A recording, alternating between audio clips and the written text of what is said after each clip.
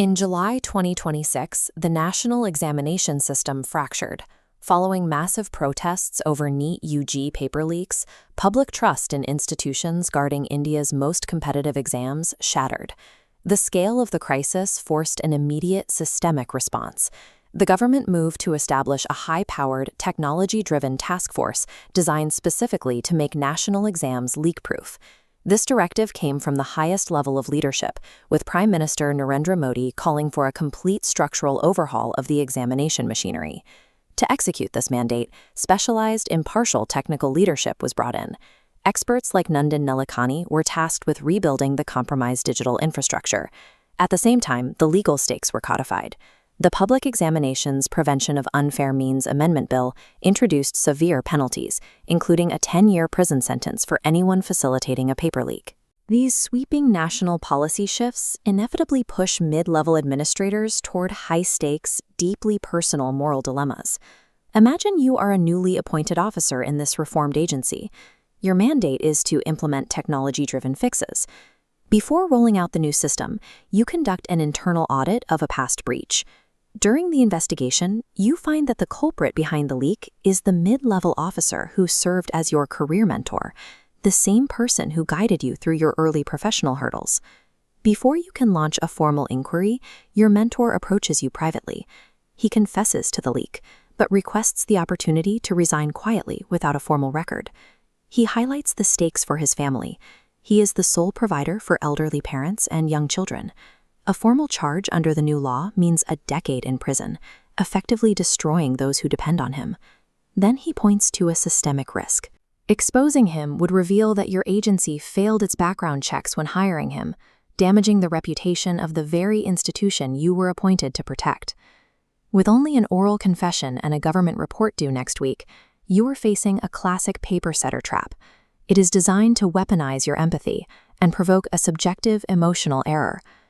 To navigate this without falling into emotional bias, we must build a strict cognitive map based on first principles. We begin with the visible stakeholders, your mentor and his dependent family members, who represent the most immediate emotional weight. Next are the thousands of candidates who were cheated by the leak. While invisible in the room, they demand systemic justice.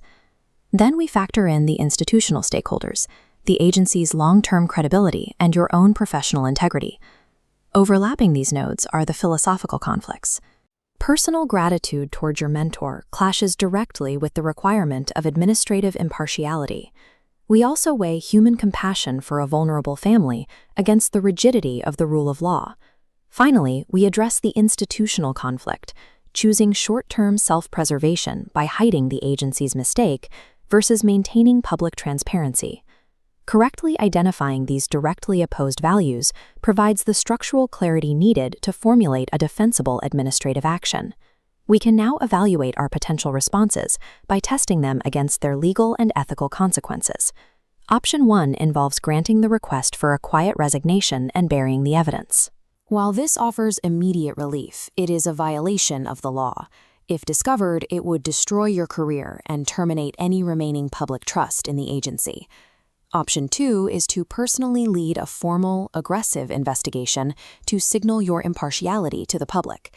This approach is procedurally flawed. Given your history with the officer, your role as an objective judge would be compromised by a conflict of interest.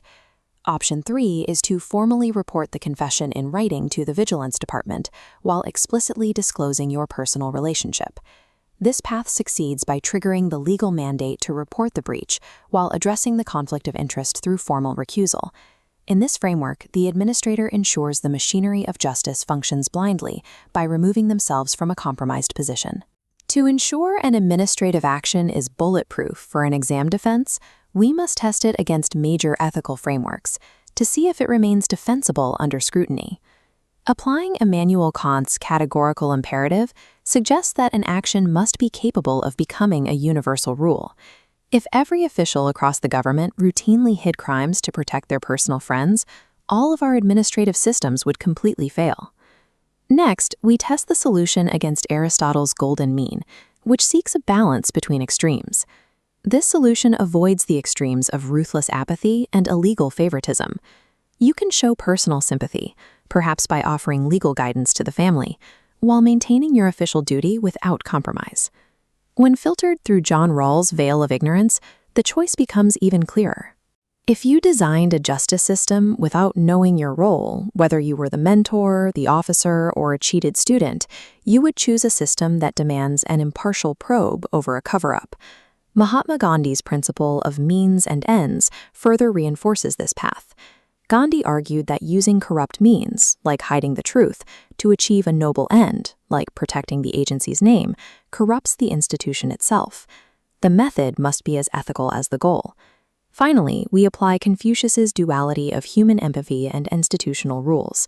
While Confucius valued Ren, or human compassion, he maintained that Li, the necessity of institutional rules, must ultimately govern official conduct to maintain social order. An administrative decision is strengthened when it is supported by logic, universal moral law, and structural integrity simultaneously. In practice, these philosophical frameworks underpin the high-stakes decisions seen during actual crises, like the 2026 exam leak. When the 2026 systems failed, leadership chose accountability. Education Minister Dharmendra Pradhan resigned rather than attempting a cover-up to protect his position.